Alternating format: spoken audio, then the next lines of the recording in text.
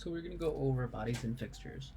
Bodies and fixtures work together to be able to make things that you can collide with and things that you move. There are different types of bodies and different types of fixtures. We have static bodies, dynamic bodies, and kinetic bodies. Static bodies just don't move around. Dynamic bodies, they react to things. They don't necessarily move around like a player would. And then kinetic bodies are a hybrid, which they can be moved manually. So generally, players are kinetic bodies. Things that bounce off of you are dynamic bodies, and then just static bodies are things that stay fixed. Um, each one of those, though, needs a body itself and a fixture. A fixture gives it shape, it gives it density, it gives it friction. But the body gives it mass, gives it velocity, gives it location. So we create a body and then we put a fixture inside of the body. We put all of the bodies that we need inside of a world, and then the world is able to create gravity and make or help bodies interact with each other. So the first thing that we need to do is create a world. So we're going to go over to our screen class and then go ahead and create a variable that is of type world, and make sure you autocomplete it so that it imports it, and then go here world. Now that we have a world, we have to create it. So this is just a variable, doesn't actually create the world. So what I'm going to do is that I am going to create this world, and I'm just going to put it right here. So then I'm going to go private, world equals new world. And then the world needs some gravity. So you notice that it has two parameters. So it's going to need here whether it should calculate things for objects that are sleeping. You should say true for now. And then you need to create some gravity for it. Gravity comes in the form of something called a vector 2D, or a vector 2. Sorry.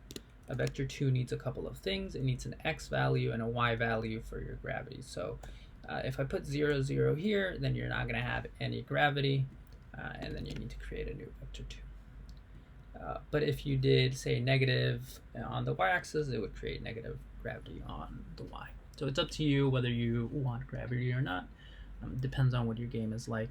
If you have a platformer, you probably will want some gravity. If you have an RPG, then you most likely won't. Now we have to create a body for each one of the layers. So what does that mean? Well, if we open up our map, we're going to notice that for this map that we have, we only have one object layer, and that would be ground, and then you'll find that here. So this is the only object within this layer for us. So we're going to grab that object and we're going to create a body for it.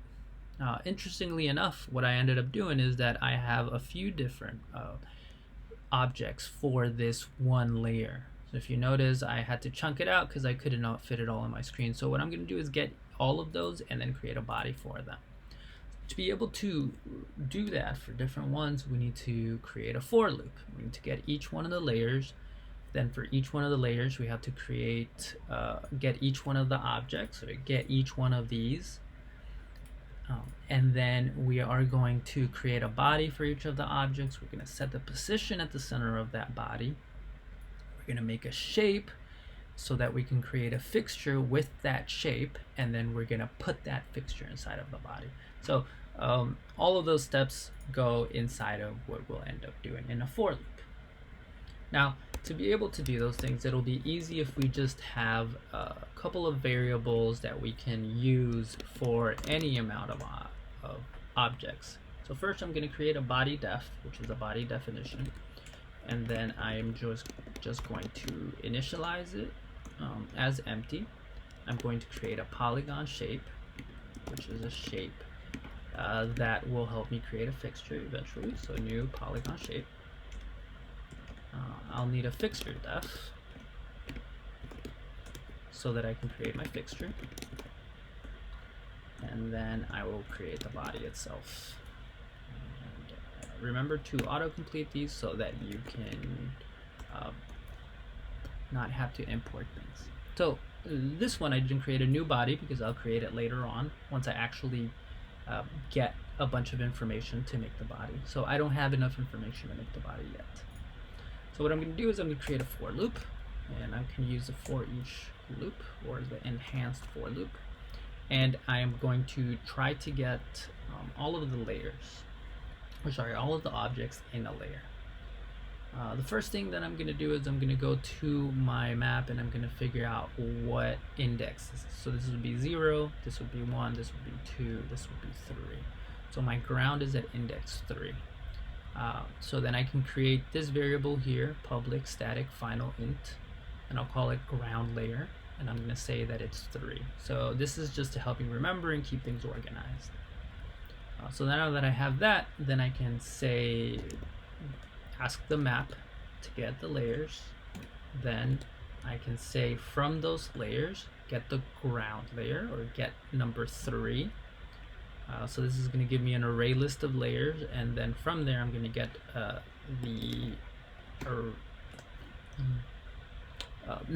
index 3 for those layers. So then that's going to give me probably another array list, and then I'm going to say get objects. So I'm going to get all of those objects from that, and then from there I'm going to say get by type, and I'm just going to get all of the rectangle ones. So this will give me all of the rectangle objects in this layer. This layer currently has some rectangle objects that you set. So right now I'll probably end up getting 3. So I'm going to do, for each one of those, I am going to do a couple of things. So I'm going to have map object. I'm going to call each one of those map objects. So I'm probably going to get this one first. So this is going to be the map object number 1. And what do I want to do with that one? Well, first I want to get a rectangle. So I'm going to get the rectangle class here and go with rectangle, and I'm going to get the rectangle from that map object. So ideally I can just do map object.get rectangle. So like this would give me the measurements of this whole rectangle, but right now this is not quite working. So what I'm gonna have to do is I'm gonna cast it. I'm gonna go map object, and I'm going to say I guarantee that this is a map object, or sorry, a rectangle map object. And now that I have guaranteed that, then I can just get that rectangle. So this rectangle will give me just a bunch of numbers that I can use, which define this area right here. Great. So now I want to create a body definition. So this body definition that we have up here, it needs a type. So I want to say what type it is. Is it a static body? Is it a kinetic body? Or is it a dynamic body? I'm going to go with body def dot body type dot, and then I'm going to go static body. I'm going to say this is going to be a body that doesn't necessarily move because it's the ground, and I'm going to give it a position. So for body definitions, you need to give the center of the position. So right now we are in step number 4. So how do we get the center of what we want to set? I'm going to say I'm going to create a body for this rectangle, and I have to give it the center of where I want to put it.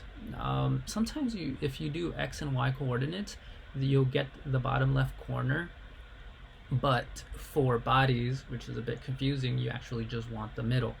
So if we get the X and Y coordinates of this rectangle, it's going to give us this point right here. So we have to do some math to do, okay, how do we go halfway to its length and halfway to its height, so that we end up getting the center point and set the body there. So to be able to do that, we can do a little math. So say if we wanted something like int center x will equal something like rectangle dot get x, and then we do plus rectangle dot get width, divided by 2. Now this will complain and say this is supposed to be a float, so we can change that. So what we did here is we got the rectangle x, which will be the x value, then we got the width, which is this whole thing. We divided the width by 2, which gives us this much, and then we added from here all the way to the middle, and we ended up right at the 2.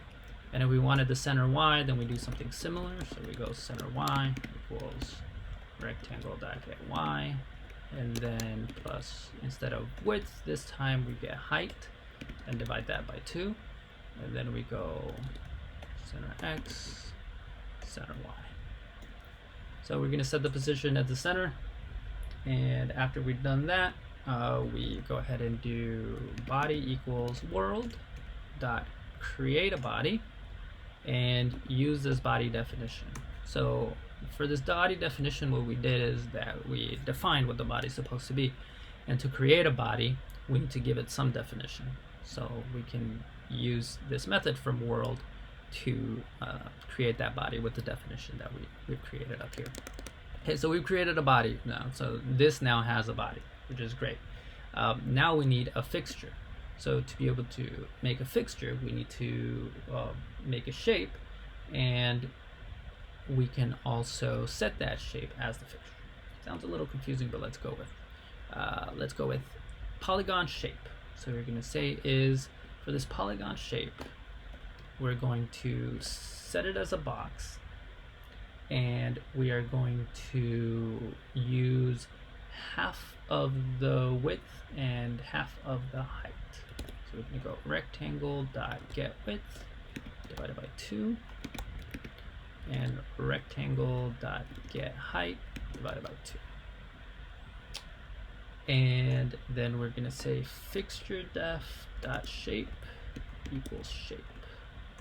So for our fixture definition, we have given it a shape of a box that is half the width and half the height of our other rectangle. A box set at half the width or half the height. So we go over here, and then we say body dot create some fixture with this fixture definition. And our fixture definition right now just has a shape. And we created a shape with these coordinates from the rectangle. Now that we've put those together, we have created the body's fixture, we have created the body.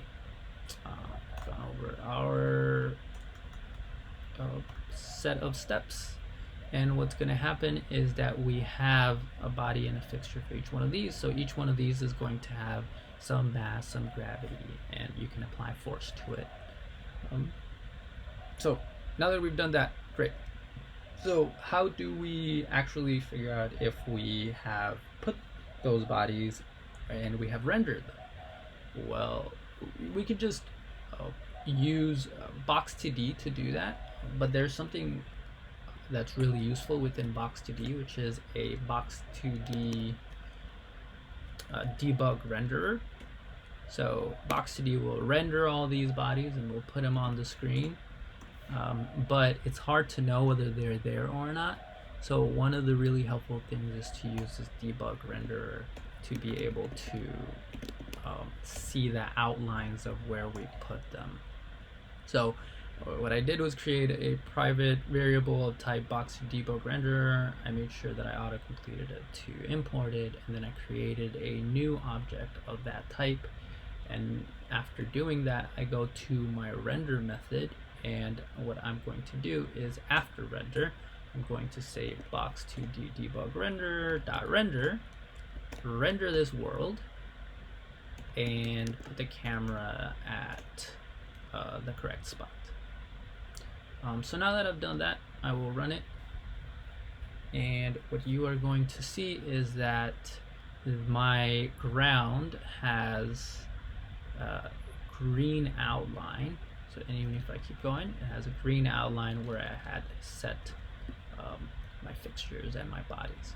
So when I create the bodies, it'll be able to collide with that spot.